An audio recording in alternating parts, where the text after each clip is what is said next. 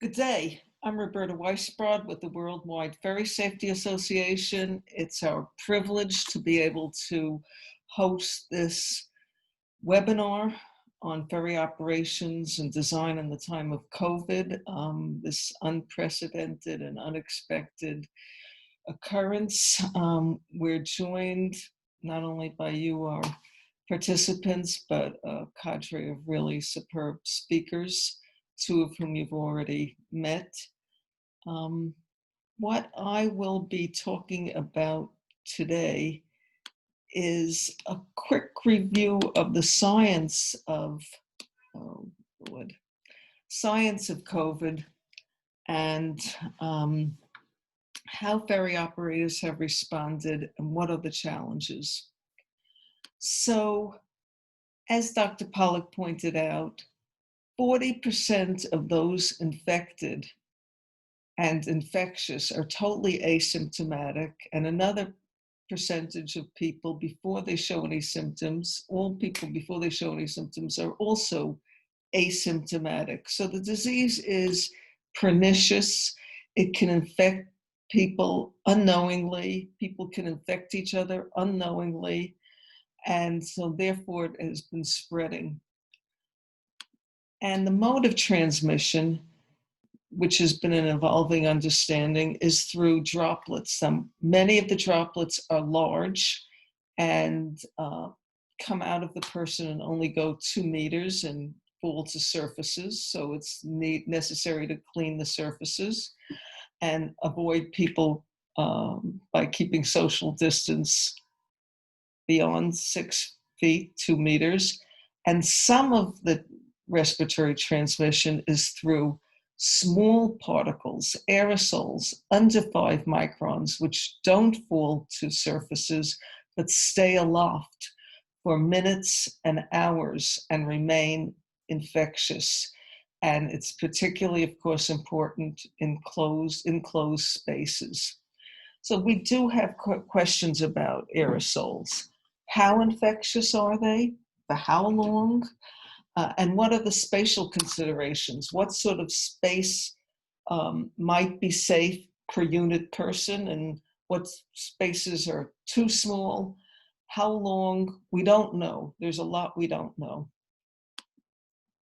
How have ferry operators responded? Well, first of all, fortunate that Interferry and the Passenger Vessel Association provided guidance to operators based on the guidance from public health departments. Other professional associations in other parts of the world also provided guidance. We surveyed ferry operators in the immediate aftermath and then more recently. So what did they do? Well, we looked at, for our purposes, there were 3 kinds of ferry operations: RoPax, passenger-only ferries, and then long-distance operations, whether RoPax or passenger-only. As far as RoPax, they did not see the precipitous decline in ridership that Jim DeSimone described for passenger operations because they're a freight lifeline. Both cars and trucks would bring freight, so that they were continue to be used. What happened immediately was, instead of requiring that the driver and the passenger leave the vehicle and leave the vehicle deck as is normally required for security, they were allowed, in fact, told to stay in the vehicle so there would be no possible transmission between passenger and crew or passenger and passenger. And there were other restrictions as well. With growing understanding of how to control viral spread, surface cleaning, masks, and social distancing, and other restrictions, drivers were then told to get out of the car and out of the car deck for safety and security reasons. Now, passenger ferries did see that precipitous drop when there was a lockdown of closure of all non-essential businesses, closures of offices, most stores, schools. So there were no people to ride the ferries. Um, what ferry operators did in response to this tremendous loss of revenue is control expenses by reducing the number of routes that they offered and increasing the headway. But as a public service, while they had a limit capacity, they also discouraged travel because they had to keep that limited capacity as a public service for essential workers like medical workers, police, firemen, certain essential stores, food stores to use their ferry to get to work. They did and do the hygiene of cleaning the surfaces and social distancing and masks. Some of them instituted contactless ticketing. They were all aware of using natural ventilation with if at all possible, by keeping the doors and windows open and considering some type of cleaning of the airs. Communications is very important for passenger ferries. All the ferry operations that we looked at had good communications. We want to shout out two that were excellent, that could serve as a model: Delaware River Bay and Bay Authority and NYC Ferries. They were clear, they were transparent, they were fully informative, and they had a calm tone. We also want to give a quick shout out to C Street, a high-end ferry between New York and New Jersey, which gave free passage to all essential workers during the dark days when the pandemic ran untrammeled in New York and New Jersey. So thank you. The long distance and overnight ferries recognize that there is an issue, a public health issue, by being in closed spaces. And what they did and are doing is screening with temperature checks and interviews. The issue is, as we have noted at the outset, 40% of the passengers, 40% of the infected people are asymptomatic, and those with symptoms are asymptomatic before the symptoms show up. So both temperature checks and interviews of someone who's asymptomatic, who was infected by an asymptomatic person, would not be sufficient to protect other passengers. Hygiene of social distancing, masks and surface cleaning, very important.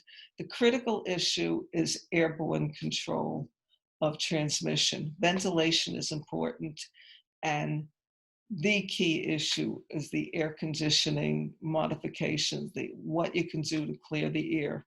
And I just want to add, somewhat parenthetically, that there's a demonstration of the enormous criticality. It's in your bibliography. The Amazon River ferry between Manaus and Tefe has been implicated in transmission of where Brazil has its hotspot on the Amazon River. There are no roads between Manaus and Tefe. The only alternative is airplane, and the trips last between a full day and 2 days. So it's a key issue. Life and death. What are the gaps, the questions, the challenges? We see 3 of them.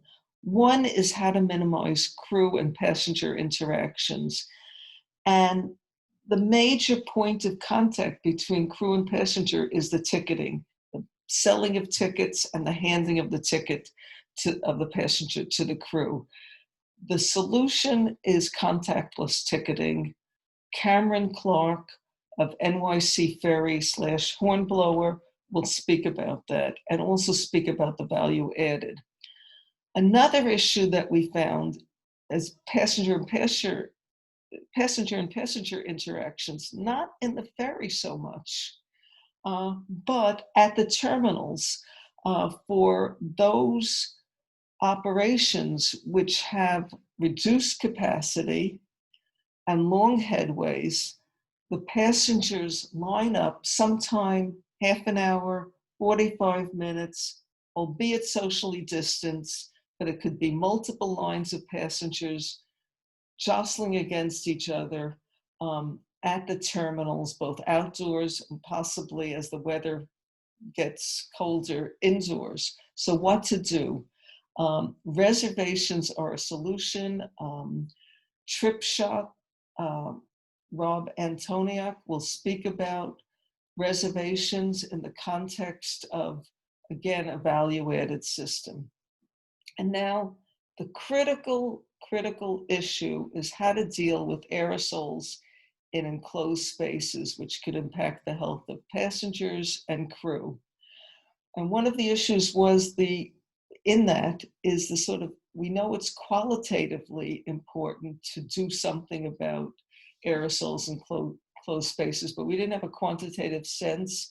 Researchers at MIT recently announced an app for that, and that app can be found in your bibliography. We haven't embedded it yet, but we want to ask you to look at it. We'll also look at it and try to see if it is of value, but if you find it's of value or the opposite, please let us know. We'll share that information. But the key issue is how to improve the air quality within the enclosed space. And we're really fortunate to have Augusto San Cristobal from Brunswick. Brunswick specializes in air quality and maritime systems. And Gus himself is the point person for maritime on the COVID task force established by ASHRAE, the American Association of Heating and Air Conditioning Engineers. So you will find some of the background information by ASHRAE also in your bibliography. Now, just a few next steps. Please ask questions in chat. We commit to getting your responses, if not today, in the days to come, in addition to a copy of the webinar or access to a copy of the webinar, and that will supplement the bibliography which you have received. Going forward, we're planning 3 webinars in a few months: electronic knowledge transfer, in the spring, innovative life-saving devices, and in early summer, in July, new ferry designs, including by the awardees of the International Student Design Competition, who, as luck would have it, we had already assigned them to look at designing a ferry for the Amazon River from Manaus and Tefe. The students are aware of the COVID issue, and we look forward to their responses. If you know students who have not begun to get into the competition, the closing date, they have plenty of time.